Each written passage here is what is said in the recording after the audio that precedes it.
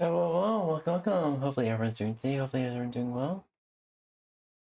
Hopefully everything's going well, going as planned.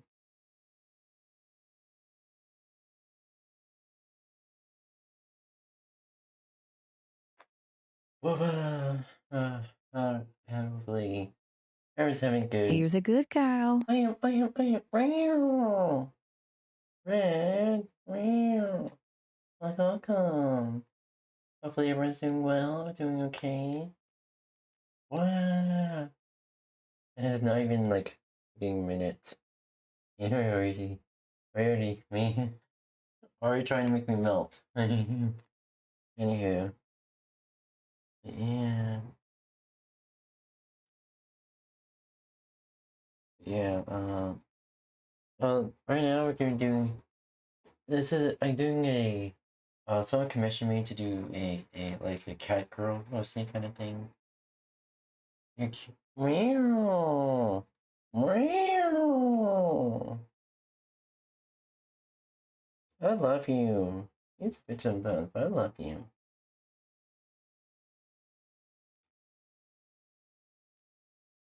Okay. Okay. Aw, thank you. Ah, fuck. Something fucking...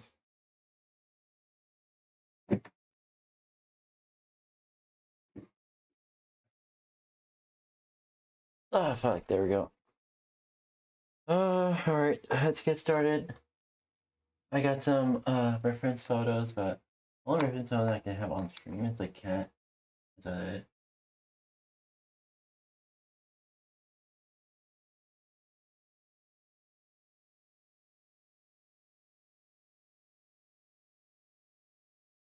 Okay, let's see here.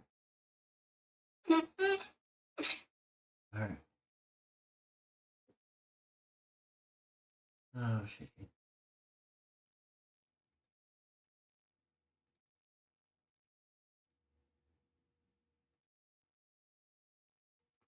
There we go. There we go. You get cat. Everyone gets cat. I wonder. I can just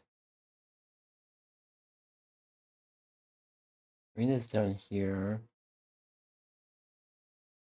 Bring this down here.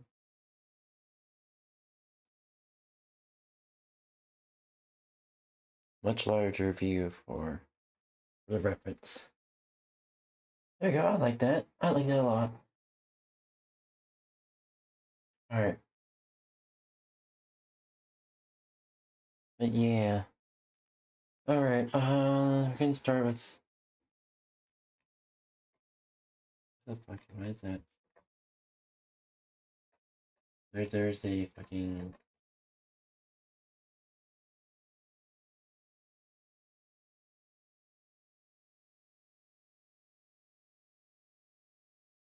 Here's a good cow. I am real. Fuck.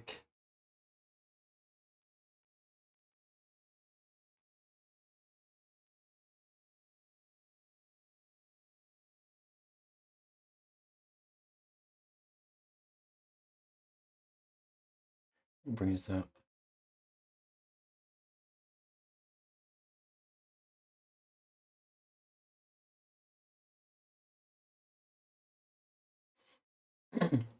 Okay.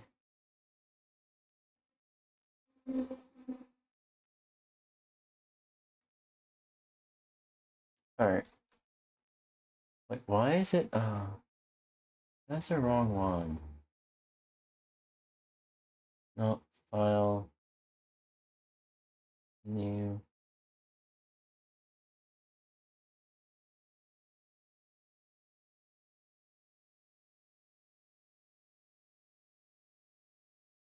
File. Save as.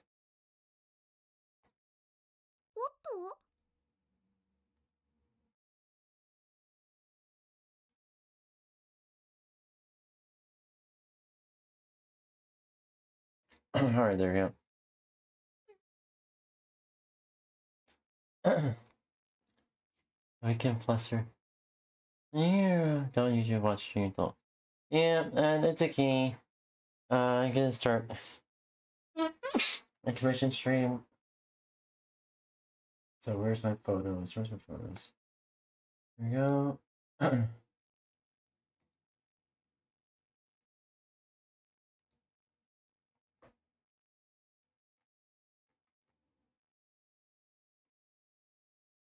So so the cat ears I'm gonna use, the irises I'm gonna use too, and the nose I'm gonna use for this one too.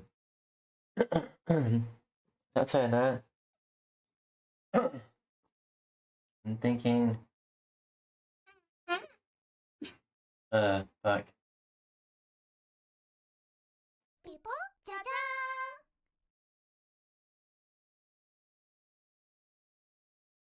Okay, that jacket I'm gonna use. Yeah. Okay. Okay, I got an idea. I got an idea. What to do? All right, let's start the video. Here.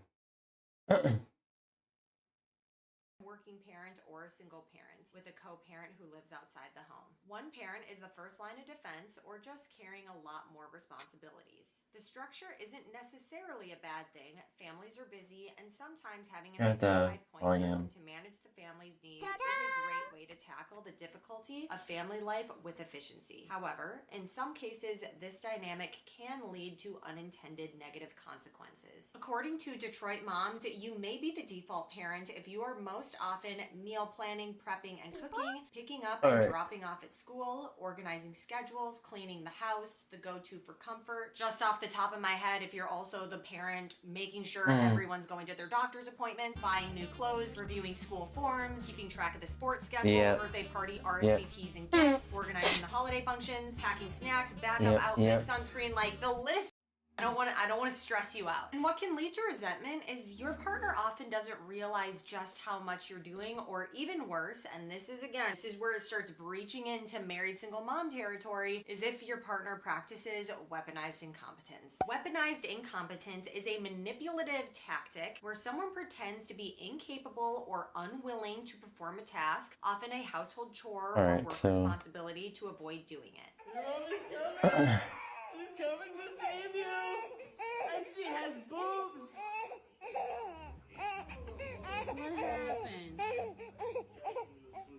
This woman just tried to take a simple shower, 10 or 15 minutes with a child being left with the father, and the child is screaming their head off. He doesn't look like he has done anything to console this child. So the next time she wants to take a shower, she's going to have to bring the car seat in with her, bring the baby in the shower with her, like all of that because this grown, able-bodied man is purposely doing this job badly. How dare she take 10 or 15 minutes for herself to bathe herself? This is why so many new moms are like in shirts, encrusted with like breast milk, they're dirty, they don't shower, their hair is greasy, like all these different things because they can't take a minute for themselves. In that clip, the mom just wanted to take a 15-minute shower and she couldn't even do that without feeling like her baby was suffering for it. So she becomes the default parent 100% of the time, not because she wants to be, but because this man is teaching her that if she doesn't shoulder the responsibility 100% of the time, their child is gonna suffer for it. And this man knows exactly what he's doing. I could make a whole other video about weaponized incompetence. I don't want to get too angry. Let's stay cool, calm, and collected. But when someone purposely does a terrible job so that you never ask them to do that job again, that's how so many women end up doing their unfair share of the labor around the house because they know if they ask for help, they'll ultimately be punished for it because he's going to do it wrong, and so she's gonna have to do it anyways, and he'll be annoyed that she even asked for help in the first place, or he's going to do it so wrong that it actually ends up causing more workload for the woman in the end. And so in the future, she'll just never ask and do everything on her own. How can I... working, so he has the right to chill and relax. He wants to watch sports, but when he gets off, your job is still not done because you have to think of a pose. Go to the grocery store, then you have to cook the dinner. You're cooking dinner while he's chilling with a beer on the couch. You clean up the kitchen. I gotta think of a pose here. Then it's time for you or get some references. But not because poses. he can't help, because you asked him so many times to do it, and then he makes it such a problem, and he complains and whines about it. He uses his weaponized incompetence to make it seem like, oh, I don't know what to do. Can you help me? Can you help me? That you just rather do it by yourself because he's sure not going to offer to help you. You're angry and upset, and you are really, really overworked, but it's bath time, which means it's bedtime, and it's time for the kids to go lay down. The kids go lay down. You walk into your bedroom, and your husband is there with his peen out. It's out, and he's ready to work you a little bit more before you go to bed.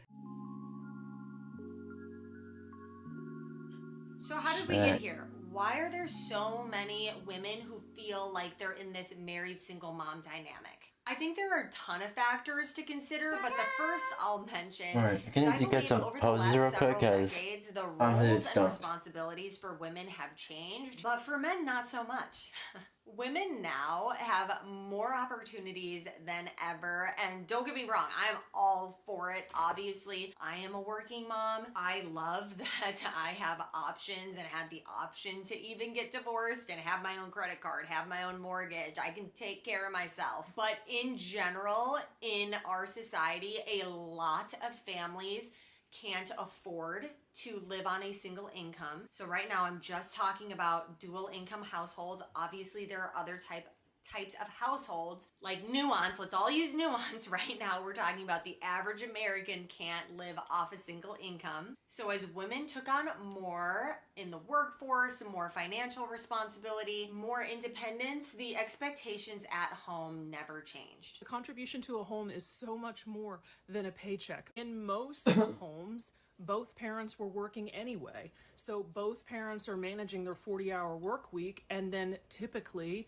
the mom is carrying 100% of the labor distribution within the home. I don't know why we call it distribution of labor when it's not distributed at all. The mental labor of being the CEO of your home, the boss of your entire family, is absolutely draining. Here is the most simplest way I have ever heard it put, and like it rewired my brain, but a really impressive man is just an average woman. Like when you see a man and he is working a full-time job, but also maybe he's the one who takes the kids to school in the morning, doesn't necessarily do pickup in the evening. Let's say he did the grocery shopping so that his wife could cook and then he helps her clean afterwards. Like everyone is so impressed with that man. But actually I would even say like that might not even be the average woman comparison, because for whatever reason in our society, the average woman is expected to do everything.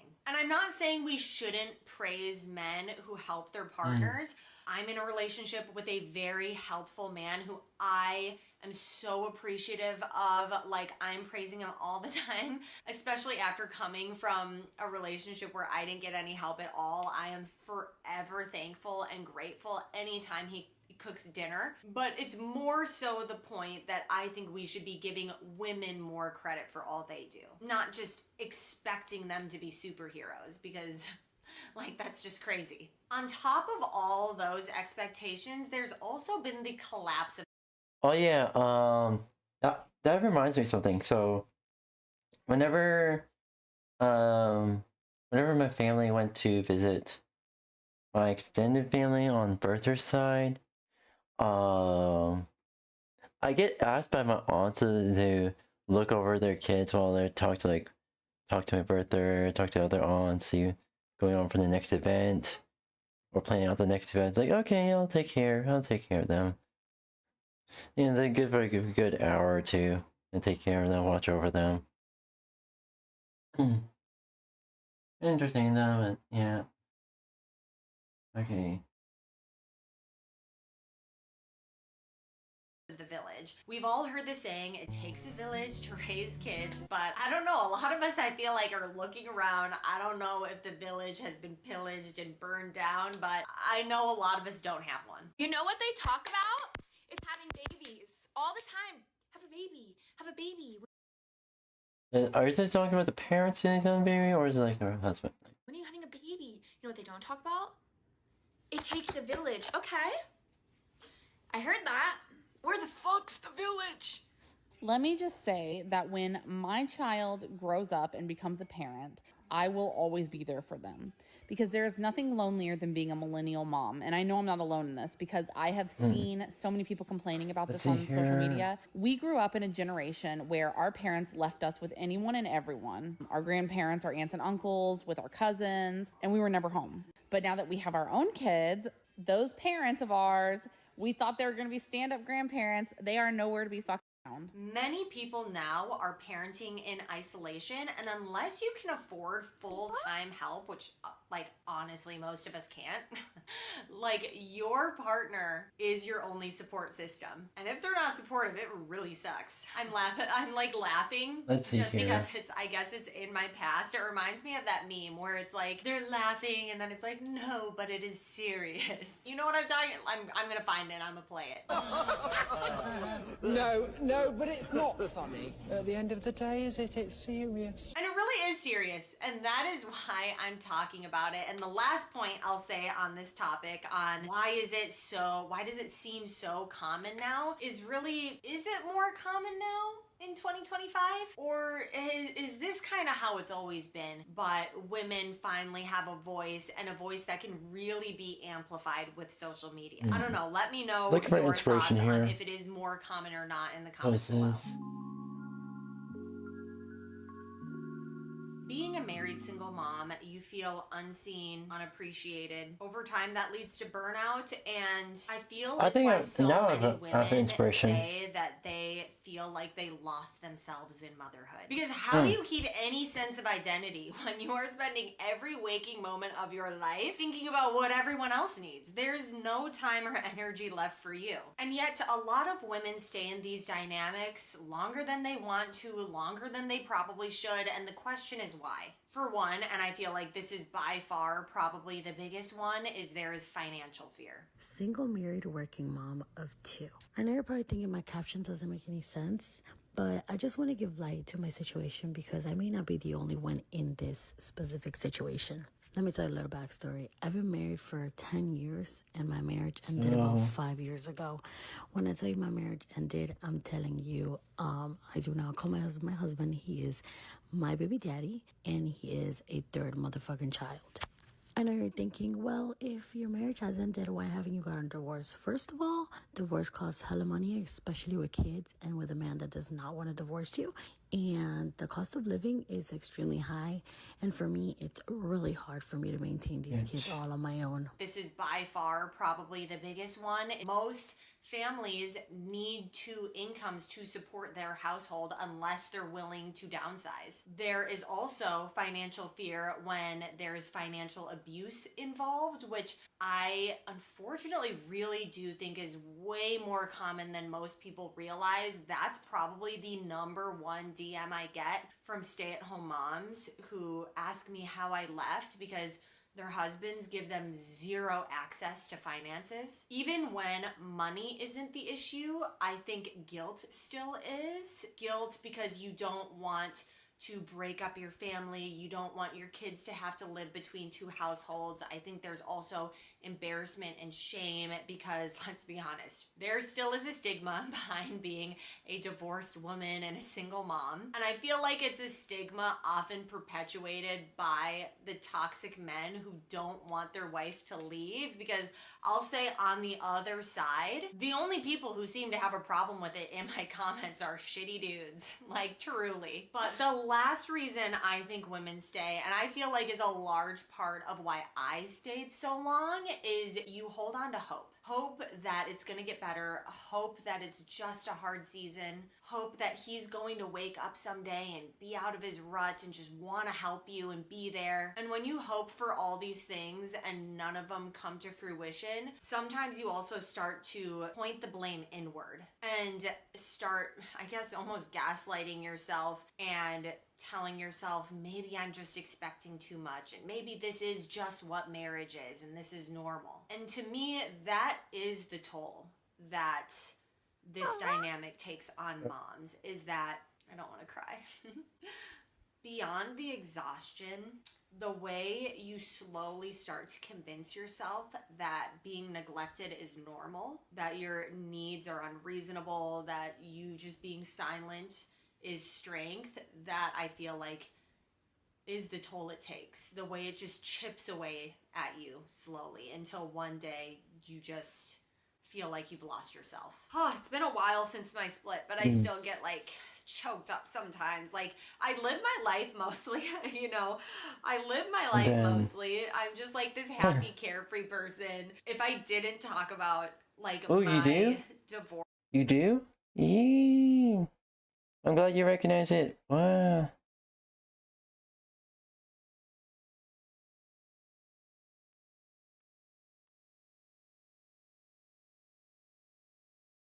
Maybe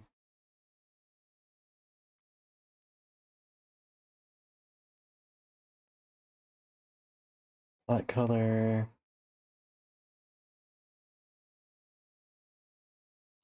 Shh.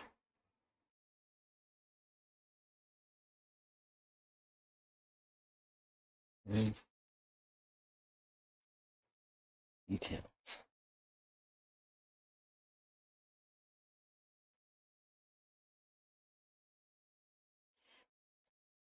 God, alright, now time to sketch real quick.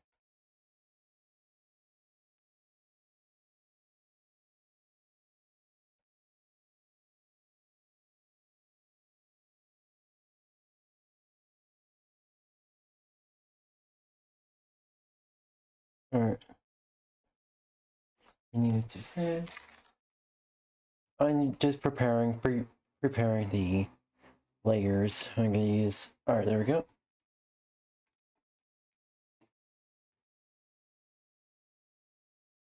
And my previous life, I feel like most people would have no freaking clue about it. And most of my life, it's not top of my mind at all. But I know like what I had to do to get to this point, and that is why I still talk about it, to help the people who were in my position a few years ago. And so when I do like think about it, I do get emotional about it. But even though I'm crying in all these videos, I am a happy person ultimately. All right, let me play a few more TikToks, chill out a little, and then we'll move on. So I just got back from the store and my husband goes, "Did you enjoy your time? That was the other half to my Christmas gift." I'm like, "Where? What is it?" I babysit for hours. I babysat for hours. He says, "Freedom. You were gone for 2 hours and I babysat. by He gave us herself. freedom. Baby, I love you, and he kissed me. You're kind of a joke if you're a dad saying that you're babysitting. These dads will be like, I'm on babysitting duty. I got the kid today. No, you don't. You're just being a dad. You're doing your duty as a father. You imagine my wife breastfeeding, talking about, oh, I'm babysitting today. Your yitty's not going anywhere. You have to be there as a woman. And men, we need to have that same type of standard. So fellas, stop saying you're babysitting. Delete that from your terminology. Chapter 5, my advice and where do we go from here? One of the unexpected blessings of being divorced is that women, friends, families, followers in my DMs feel very comfortable opening up to me about the struggles they're going through in their life. Before my split, I feel like so many people put on this super rosy front, and now that people can look at my life and clearly see how not perfect it is, I feel like they feel it's a safe space for them to share how not perfect their life is also. And I actually feel so much closer to so many of my friends and family members because of it. They'll confide in me, and when they do ask for my advice, I share it. And this is some of the things I've shared when people have come to me saying they feel like a default parent or a married single mom. When my friends have come to me and say, you know, they're feeling alone in their marriage, they're overwhelmed, like everything's on them, this is the first thing I normally tell them. And it's not what you're expecting initially, at least not what I think you're expecting, considering I am a divorcee. First, I do not think divorce should be the first move. Divorce is brutal, it's expensive, co-parenting is for the birds. I absolutely can't stand it. Having absolutely no say on what is happening to your kids when they're at the co-parent's house is awful. So if there is any way to save the marriage, I 100% suggest that. If you're feeling like the default parent because your partner is unobservant, maybe not the quickest thinker, maybe they have ADHD or are somewhat on the spectrum, but fundamentally they're a good person, they're honest, they're kind, they have your best interests at heart, they're just maybe not as quick to jump on things as you. I 1000% think that is worth working on. This book is one I have recommended to multiple friends. It is called Fair Play by 𝙂𝙚𝙣𝙚𝙧𝙖𝙩.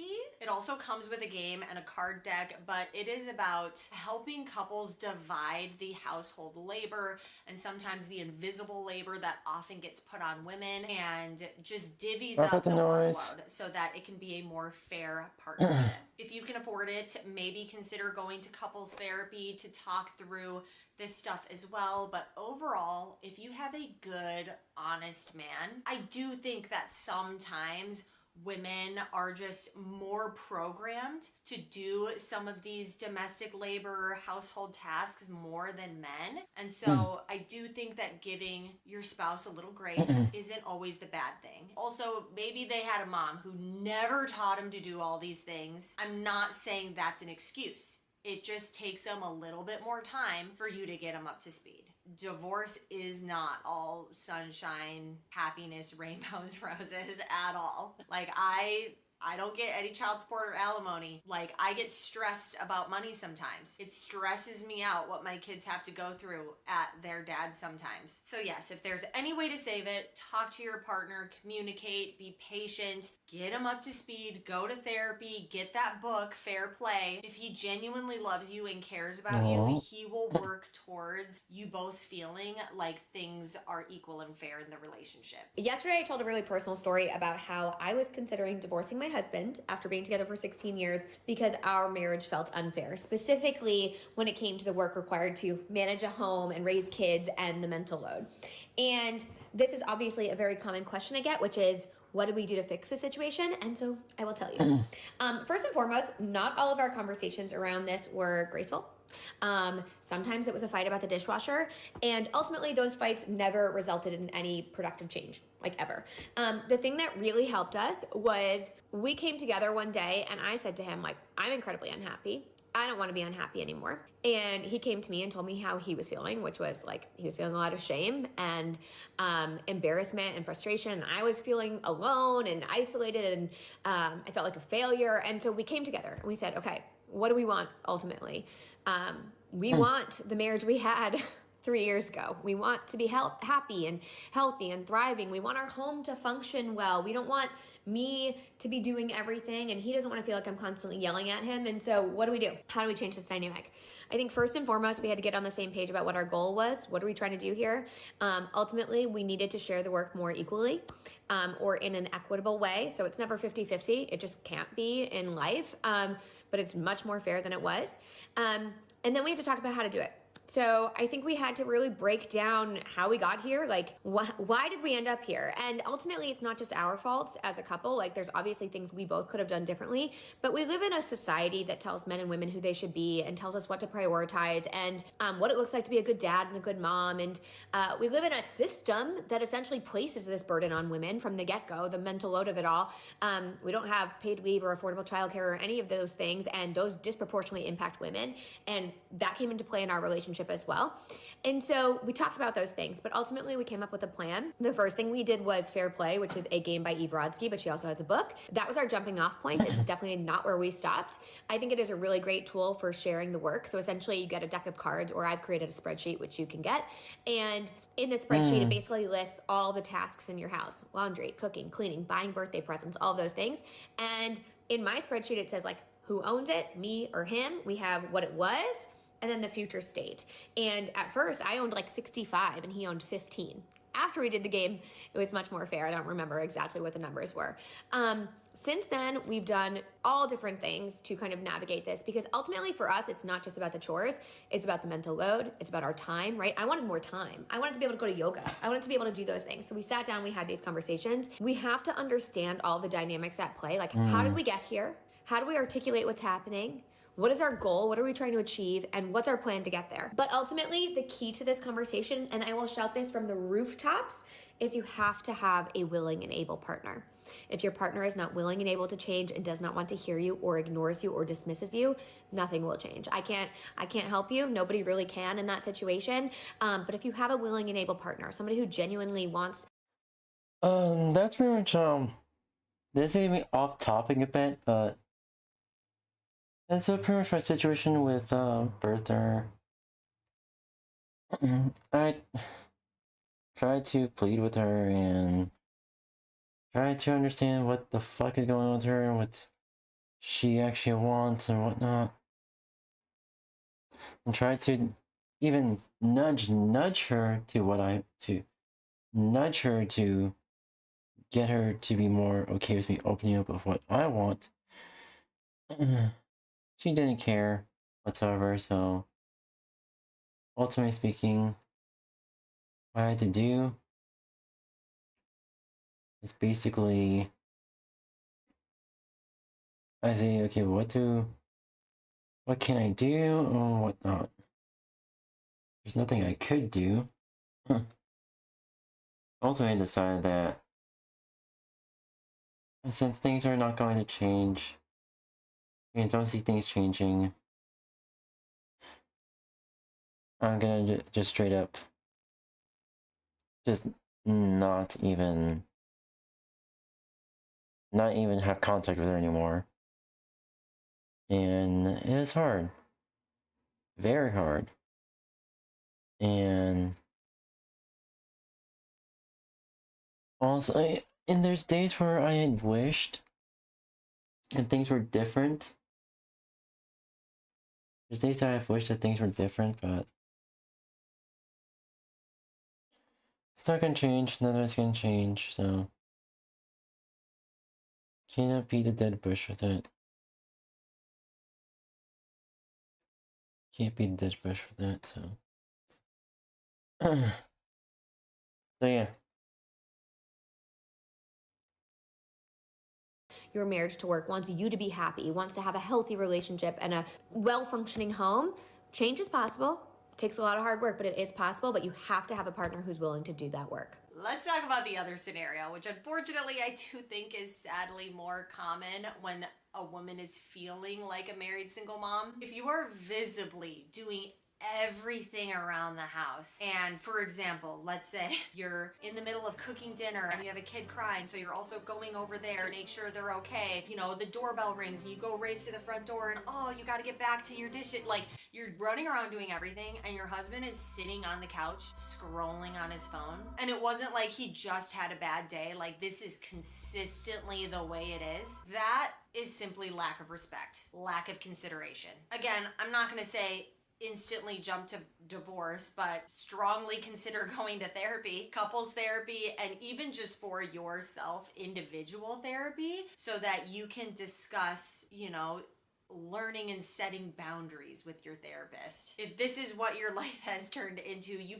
probably need to define and establish boundaries for yourself to make sure you're being treated with respect. And if you communicate those boundaries and he continuously disrespects them, you know, you have some other choices to make. I'm never gonna tell anyone what to do, especially on a YouTube video where there's so much nuance and I can't possibly know anyone's individual situation. But I hate to say it, if you go to therapy, learn what boundaries are, learn to set them, you've set reasonable boundaries and they're continuously disrespected, there's often way more going on. Emotional abuse, verbal abuse, cheating, like it honestly sounds like he's just a man with poor character. And those types of dynamics aren't just bad for you, but I had to really think about, these are not good examples I'm setting for my kids. Propaganda I didn't fall for was staying together for the kids. And I was recently reminded why this was for the best. Now, does co-parenting suck? Yes. Do I miss my kids when they're with their dad? Also, yes, truly the hardest part. But I refuse to let my boys grow up thinking the way their dad treated me was normal. Fast forward 3 years, it's been exactly 1 year since they met my 6'5",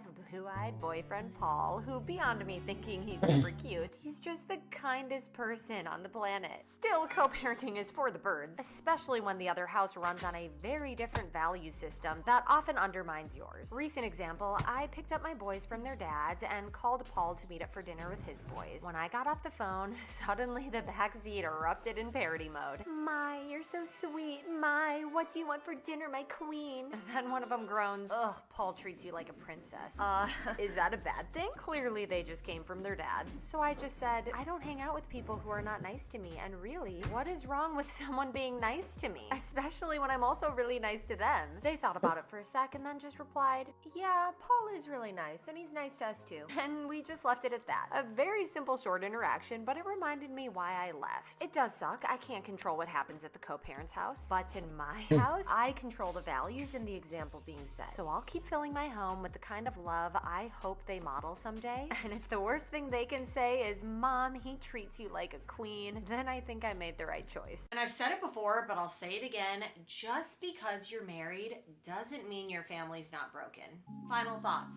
If you've made it this far, there's a good chance that some of this hit close to home, whether you are watching this because you see a friend going through this situation and you're trying to better understand it, or it's you carrying more than your fair share and you just wanted to hear someone else tell you that you're not crazy. Whatever the reason, I hope this video was validating, informative, and allows you to see things more clearly, because I feel like, being that I'm on the other side of it and I'm quite literally not a married single mom anymore, I'm the complete opposite, an unmarried mom with a great helpful partner, I feel like I can look back on my past and see things so much more clearly. You know, they say hindsight 2020. When I was truly in the thick of it, I wasn't in a place to speak on how things should be, but I do feel like, I don't know, I never really feel like I should be a person of authority, but I'm also learning I need to give myself credit where it's due. I went from being in the trenches to being in a much better place. And so I just want to help, you know, my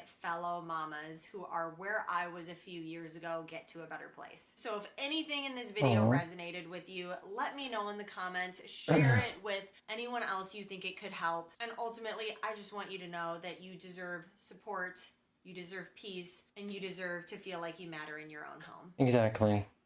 Bye. You really do deserve to matter in your home.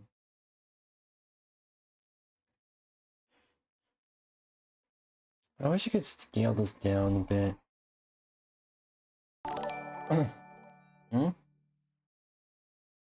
Oh, thank you.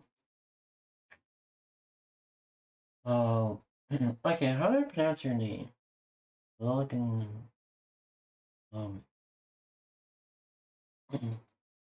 How do you pronounce your name? Because I don't want... I say the second half. Yeah, I think the chat is going to flame me. Like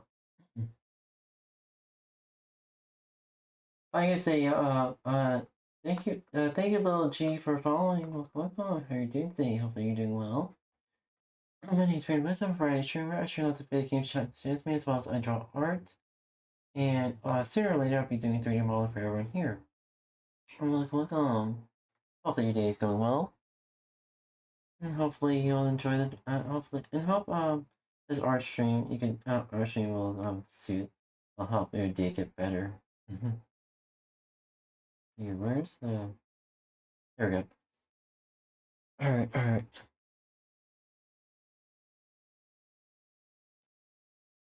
Alright,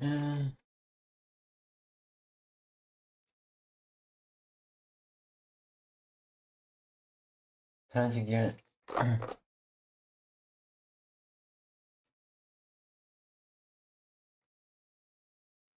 Alright. Let me get another video.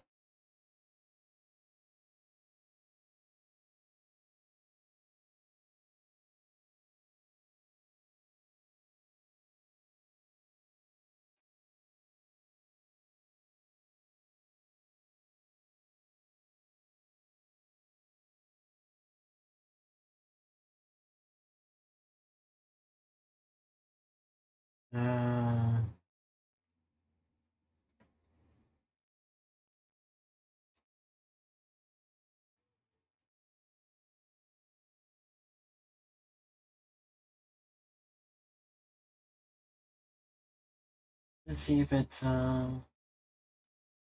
to...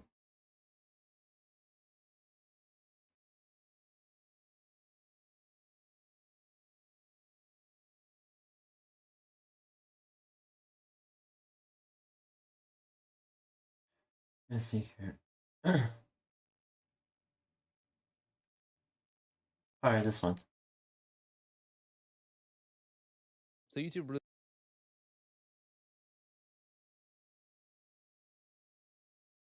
released a pretty major update where they're now going to allow you to filter out YouTube Shorts from the search filter. However, they also removed the ability to search videos by upload date. This is a pretty bad change because all you're going to see now is AI slop when you look up videos, and this is something that we can prove here real quick. So this is what the old search filter looks like. A lot of you guys might still have this. I still have this one. As you can see, upload date, type, duration, features, and sort by. And what is going to change here is sort by is going to be changed to prioritize, and your only two options are going to be relevance and popularity. So you have everything else over here that's going to change slightly as well. And at first I made a YouTube short about this a few days ago, and I was talking about the more positive aspect of being able to filter out YouTube Shorts. And then I realized after reading a bunch of stuff on Twitter that now you can't actually filter by upload date. So in terms of what you can do, you can filter by today, this week, this month, and this year, but I will show you guys what the problem is with that later. But as you can see, you can't sort by upload date anymore. So actually we can do a good experiment here because I still have the old search filter on my YouTube channel. So let's say you wanted to go bore yourself to sleep. So you look up a YouTuber named 𝙂𝙬𝙧𝙖𝙀, right? So we're going to go over to the filters over here. And right now you can sort by upload date. So what that means is you are going to see the most recently uploaded videos that have something to do with 𝙂𝙂𝙀. Unfortunately, because of the current state of YouTube, all you see is a bunch of AI slop garbage, but at least you can still sort them from the videos that have been uploaded the most recently on YouTube. This will allow you to discover smaller YouTubers. This will allow you to see breaking news as it's happening. But with the new search filter, there has been some issues. So first of all, a lot of people have actually not been able to actually see the topic of whatever they searched up. I've been seeing a lot of people making tweets that they are only seeing a bunch of crap when they're trying to search with the new search filter. There's a tweet that blew up that was talking to YouTube where they said YouTube has removed the ability to search by upload date. Removing this basic function will make it impossible to find breaking news from small channels with few viewers. Evidently, force-feeding people curated slop is more important than site usability. Because obviously in terms of relevance and popularity, relevance is going to be determined based on what YouTube considers to be relevant. And nowadays YouTube is really big on AI slop, so they might think that that's the most relevant content to show you. So Team YouTube replied and got absolutely ratioed, and they got a hilarious community note too. where they said you can still use our upload date filters today, this week, this month, or this year to find the most recent results in your search. We've only removed the option to sort search results by upload date as a part of this update. But the question is, why? Why do you guys insist on removing functionality off of your website? It doesn't make any sense. Why would you guys just not add the ability to filter out YouTube Shorts as you did and then leave everything else as it was? Why would you guys remove an ability for us to do something? It makes absolutely no sense. And like I said, they got a funny community note that says filtering by quote today, but without the ability to sort does not result in the ability to view the quote most recent videos as claimed, which yeah, totally makes sense. They're saying you can find the most recent results by sorting by today. What if I want to see today's most recent upload? How do I filter through that, if that makes sense? And they put a dictionary definition of the term most recent to help YouTube out with their terminology. And so the original person who made the tweet said, yes, but we want the ability to sort by upload date to see the latest videos on breaking news as they come out. Sorting by quote today gives a wall of unrelated results you must page down through endlessly to find the newest uploads. It is the exact opposite of relevant results. Really appreciate your response. We can see how sorting by upload date is helpful when tracking breaking news. We're sharing this feedback live with our product team. So it took someone to tell you, hey, you know, it would be pretty helpful if we could sort by upload date for you guys to realize that that would be important. I mean, do you guys even like think about YouTube at all? Like, you guys are YouTube employees. Do you guys not actually think about the functionality of your website? It really baffles me that they added such a good feature in terms of being able to sort by video type, but then they decided to remove a perfectly good feature that was actually pretty frequently used. YouTube did actually offer an explanation to this where they said apparently that those two filters were not working as expected and had contributed to user complaints. I don't know. I've never seen anyone complain about more functionality on the website. In fact, I have only seen people complain when it comes to search in terms of, hey, can we search by freaking not YouTube Shorts? Can I look up a video where YouTube Shorts don't pop up? If you look up pretty much anything on YouTube, for example, let me look up Mr. Beast, right? Pretty much always the first result is going to be a YouTube Short. But a lot of people, when they're looking up someone or something, they'd rather watch a long form video. So the fact that they are adding a filter to make it so you can actually sort by video type, that is good. But the fact that they're getting rid of the ability to sort by upload date, that is bad. So, I mean, I don't understand why they want to remove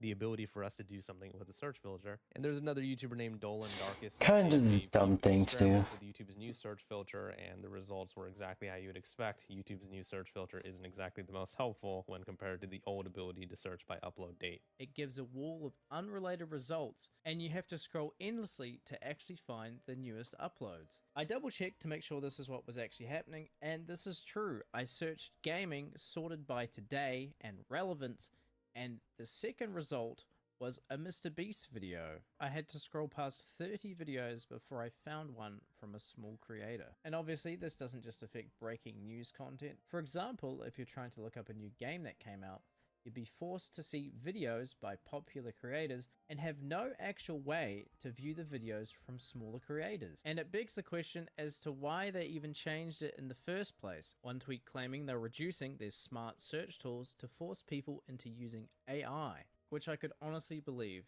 People complaining about this new update getting thousands of likes as well. So that point that Dolan brought up about this being a way for people to use AI more, or at least to be forced to use AI more, that was actually something that I really didn't think about. There was somebody that tweeted at Team YouTube and said, this is such a useful illustration of AI integration. They need to beef up their user adoption, so they're bricking significantly smarter search tools to force people into AI prompt dependency.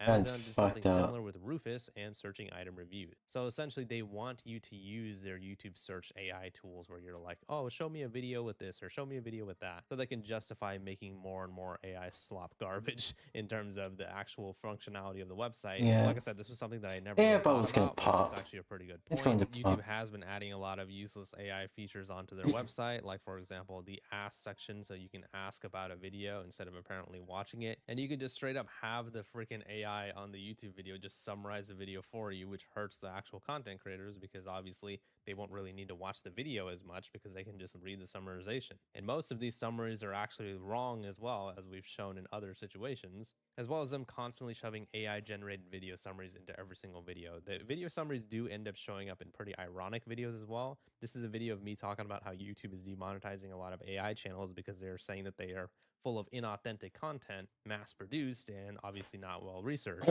Well, the AI video summary says that I investigated the YouTube's recent demonetization of AI channels. The video examines specific cases, exploring whether these actions were justified. It analyzes creators' content and YouTube's reasoning, raising questions about fairness and transparency. So they have an AI-generated video summary of me talking about how a lot of AI channels are inauthentic content. Funny. I also had a video like a year ago that was a very, very ironic situation where there was an AI-generated video summary on a guy's video talking about how he lost his job to AI. So this was a YouTuber named 𝙂𝙚𝙣𝙚 who was talking about the fact that he actually used to write articles for the certain website, and he was actually fired because they were actually going to use an AI writer instead of him. So when he actually made a video talking about it, there was an AI generated video summary that popped up on his video. Yes, you heard that correctly. This guy is talking about losing his job to AI, and now an AI is summarizing his video talking about it.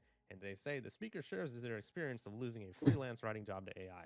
They discuss how the company that they work for gradually transitioned to using AI-generated content, ultimately replacing their need for a human writer. Oh man, it is so ironic. And it's so funny because a year later, this video did age well. But yeah, that is pretty much the shitification of YouTube right now. It is just full of AI crap, and the new search filter is not exactly going to help in that regard, because a lot of the videos that you were going to be seeing if you search by today or this week or whatever, one, they're not going to be related to the topic that you're actually looking up, and two, a lot of them are just going to be AI slop anyway. They even have an AI chatbot in YouTube Studio where they're talking about how they can help you and stuff like that. And I've actually made a tweet about this where I once asked, summarize my latest video performance, and they summarized the performance of the video that I first uploaded when I started my channel. My oldest video, they were like, yeah, this video's gotten this many views. And I didn't even type anything. I used their prompt. I used their prompt to freaking summarize my last video's performance, and they did it for my oldest video. So yeah, you guys get the point. YouTube's AI is in a very weird spot right now, and their new search filter is probably not going to help with that too much. Let me know what your guys' thoughts are on the situation in the comments. Please leave a like in the video if you enjoyed it, and subscribe for more.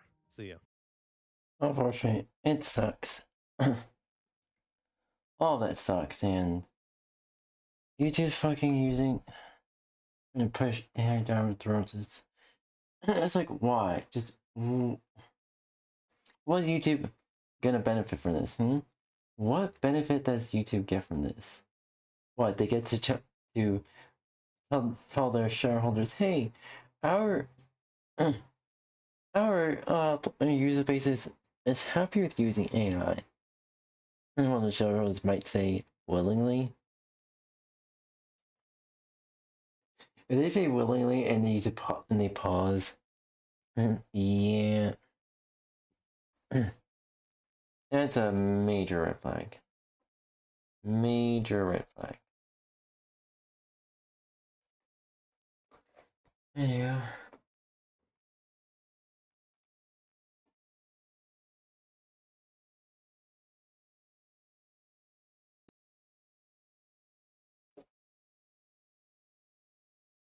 Windows 98.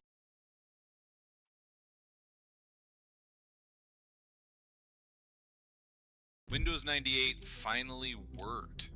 Windows 98 finally worked. So how do we go from that to Windows ME? In the year 2000, Microsoft released Windows Millennium Edition, Windows ME, and for a lot of people, this was the moment Windows stopped feeling dependable and started feeling like a gamble. Some people remember Windows ME as a minor upgrade, a quick bridge release, something you barely noticed. But for everyone who lived through it, Windows ME has a very different reputation. It was buggy, it was unstable, and it quickly became one of the most skipped versions of Windows in history. Oof. Windows ME was designed as a home user operating system. It was part of the consumer Windows line, the same family as Windows 95 and Windows 98. But Microsoft was also moving in a totally different direction behind the scenes with Windows NT, which was built for stability, security, and business environments. So by the late 90s, Microsoft had two separate worlds: a consumer line built on top of DOS, and a professional line built on NT. Windows ME was released during this awkward transition period. It was basically Microsoft trying to squeeze one more consumer Windows release out of the old DOS-based architecture, while the future was clearly heading somewhere else.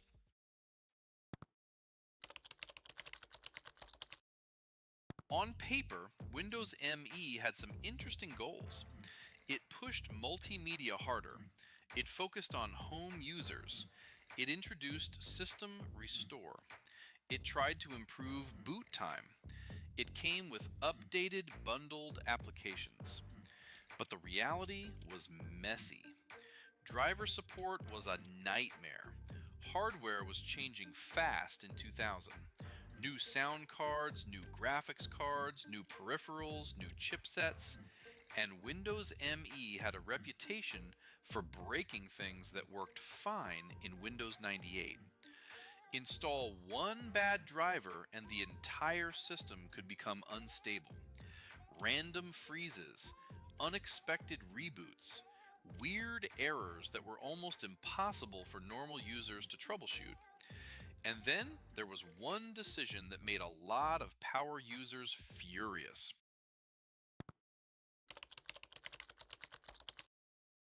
Windows ME removed Real Mode DOS. That mattered because DOS wasn't just a legacy thing, it was a safety net. In Windows 95 and Windows 98, you could drop into real DOS for compatibility, troubleshooting, and running older software. With Windows ME, Microsoft tried to block that.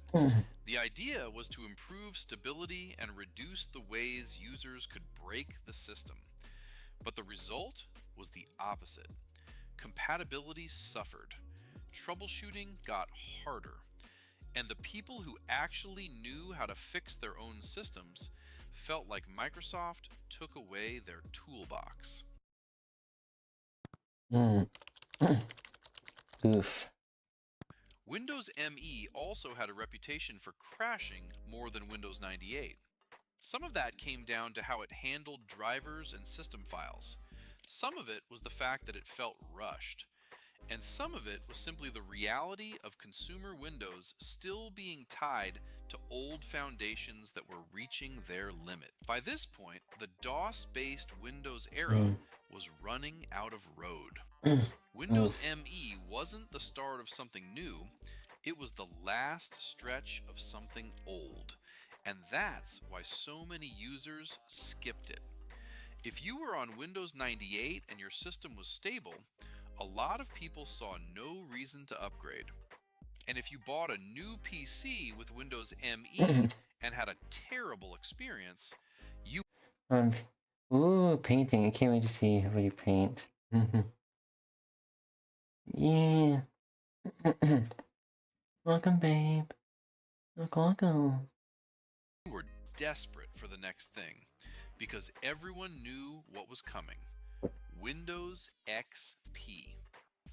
And Windows XP wasn't just an upgrade, it was a rescue mission. Windows ME is remembered the way it is for a reason. It wasn't just bad luck or internet exaggeration. It was released at the wrong time, on the wrong foundation, with the wrong balance of ambition and stability. It was the end of an era, and it showed. If you're enjoying this Windows Through the Ages series, make sure to like the video, subscribe to the channel. Alright.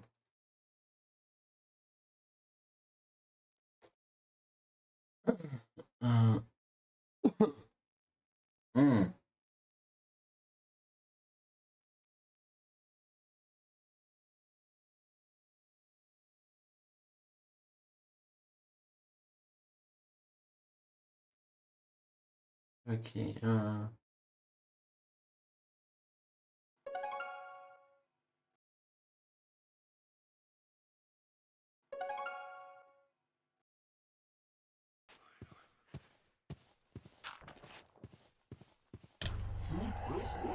Hello again.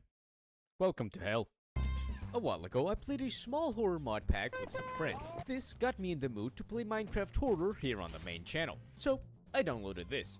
This is the biggest piece of dog shit horror mod pack available on CurseForge, and let me tell you, it is absolutely humongous. With over 100 mods related to horror, it turns Minecraft from a game about mining and crafting to an utterly ridiculous clusterfuck of slop, with endless jump scares, unavoidable instant kills, hundreds upon hundreds of scary monsters, and of course, lots and lots of heroin. Today, I will try to survive this absolute catastrophe of a mod pack, dying over 50 times in the process, I know it's a losing too my dark, sanity can't lighten it. multiple times. What I usually do, so I used to be a traditional artist with painting and in general drawing with markers and color pencils. So what I usually do, so color pencils are actually really difficult to get the lighting right, but markers and paint and stuff like that. What I usually do is to lighten it, I just add a little bit more white. A little bit more white to the actual color palette. Or if you want to directly add it, maybe, but it's like a bit risky. I just added like a lighter shade, make a lighter shade of the same color, and try to blend it. It looks slightly different, but it will lighten up.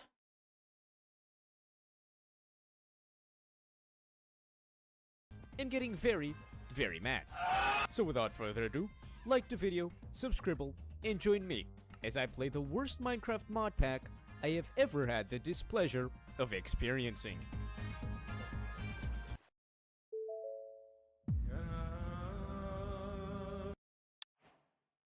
Ah, I see. Upon spawning in, I see floating Antichrist villagers, a giant block of text in the chat, Antichrist a random glitchy villagers. village, and Vicodin in my hotbar.